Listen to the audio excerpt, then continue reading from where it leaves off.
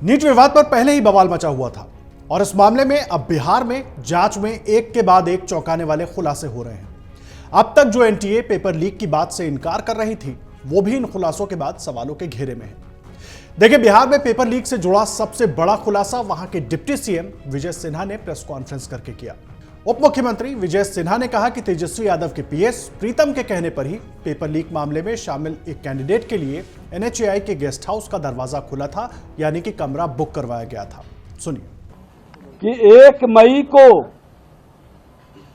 तेजस्वी यादव के आप सचिव प्रीतम कुमार के मोबाइल नंबर 7488061813 से रात्रि 9:07 में पथ निर्माण विभाग में कार्यरत प्रदीप कुमार के मोबाइल नंबर 9430469924 पर एनएचआई गेस्ट हाउस में सिकंदर कुमार जादवेंदु के लिए कमरे की बुकिंग कराने के लिए फोन आया था। उस दिन प्रदीप कुमार इस पर कोई संज्ञान नहीं लिया।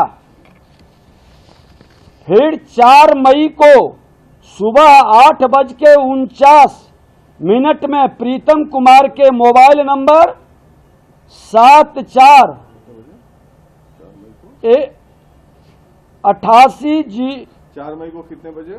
4 मई को सुबह 8:49 बजे प्रीतम कुमार के मोबाइल नंबर 7488061813 वही नंबर से प्रदीप कुमार के मोबाइल पर कॉल कर सिकंदर कुमार जादवेंदु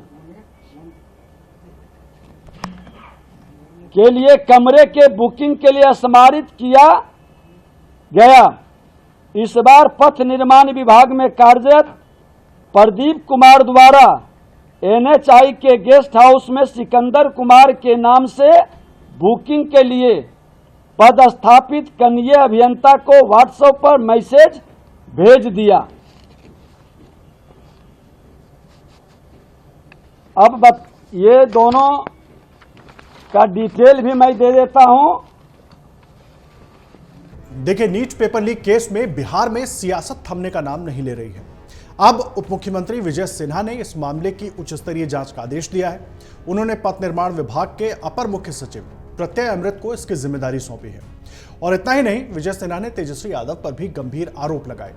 उप मुख्यमंत्री ने कहा कि तेजस्वी के पीएस प्रीतम के कहने पर ही पेपर लीक मामले में शामिल एक कैंडिडेट के लिए एनएचएआई के गेस्ट हाउस में कमरा बुक किया गया था।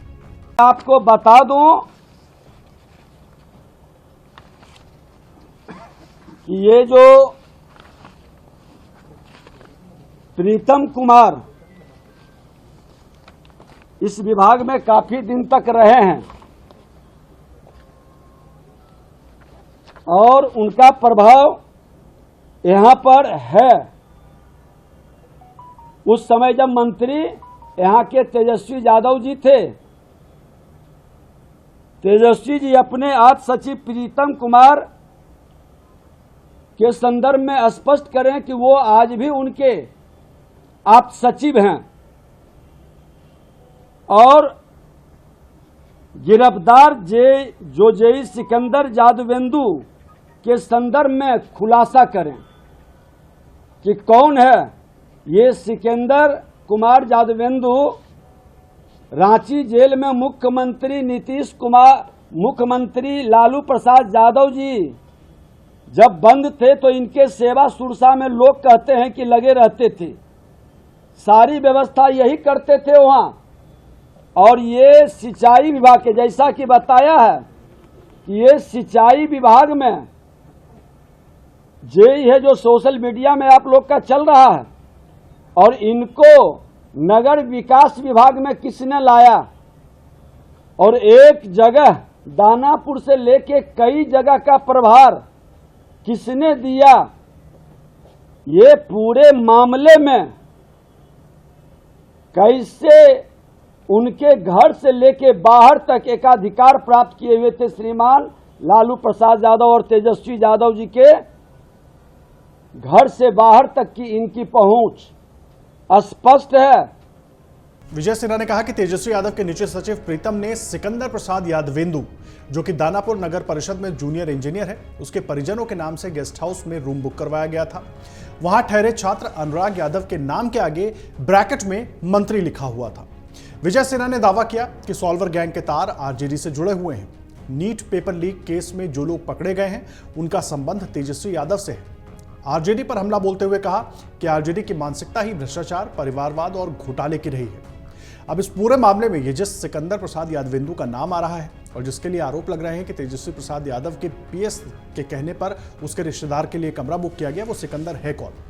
देखिए, नीट पेपर लीक केस में जूनियर इंजीनियर सिकंदर प्रसाद यादवेंदु को पुलिस ने गिरफ्तार किया है। गेस्ट हाउस के एंट्री रजिस्टर में जिस अनुराग यादव का नाम दर्ज है वो सिकंदर का रिश्तेदार है। अनुराग यादव को भी पुलिस गिरफ्तार कर चुकी है। उस पर आरोप है कि उसने ही गेस्ट हाउस से कैंडिडेट को लेकर सेफ हाउस पर पहुंचाया और इसी सेफ हाउस में 24 घंटे में पेपर रटवाया गया था। सिकंदर ने अपने कबूलनामे में बताया कि पेपर लीक केस के आरोपी नीतीश कुमार और अमित कुमार ने मुझसे कहा था कि हम लोग नीट, बीपीएससी और यूपीएससी के साथ दूसरे प्रतियोगी परीक्षाओं का पेपर भी लीक कराकर कैंडिडेट्स को रटवाते हैं। दोनों मिलकर कैंडिडेट्स को पास करा देते हैं। नीट का पेपर भी 24 घंटे पहले कैंडिडेट्स को रटवाने के लिए मिल जाएगा और यह बयान साक्ष्य के रूप में माननीय न्यायालय के सामने लाया जाए, ये कहा गया है, जो अभी तक जानकारी मिल रही है सिकंदर यादवेंदु की तरफ से। अब सवाल यह है कि जिस तरह से नीट पेपर में गड़बड़ी को लेकर लगातार सवाल हो रहे थे, उन पर एनटीए क्या जवाब देता है। दूसरा, अब बीजेपी नीट पेपर लीक मामले के बहाने जिस तरह से तेजस्वी यादव पर निशाना साध रही है, उस पर तेजस्वी क्या जवाब या सफाई देते हैं। ये बात तो तय है कि इस आरोप प्रत्यारोप के बाद बिहार की सियासत में उबाल साफ तौर पर दिखाई देगा। और यही नहीं, दिल्ली में भी जिस तरीके से हम देख रहे हैं नीट गड़बड़ी को लेकर लगातार छात्र सवाल उठा रहे हैं और उसके बाद अब केंद्र को भी शायद इसमें कड़ा कदम उठाना पड़े और ये जांच उच्च एजेंसियों से करवाई जाए ताकि इस पूरे मामले का जो सच है और छात्रों के भविष्य के साथ जो खिलवाड़ हो रहा है वो बाहर आ सके। अगर आप ये वीडियो YouTube पर देख रहे हैं तो हमारे चैनल को सब्सक्राइब करें और बेल आइकन को दबाना ना भूलें। अगर आप Facebook पर यह वीडियो देख रहे हैं तो हमारे पेज को लाइक करें।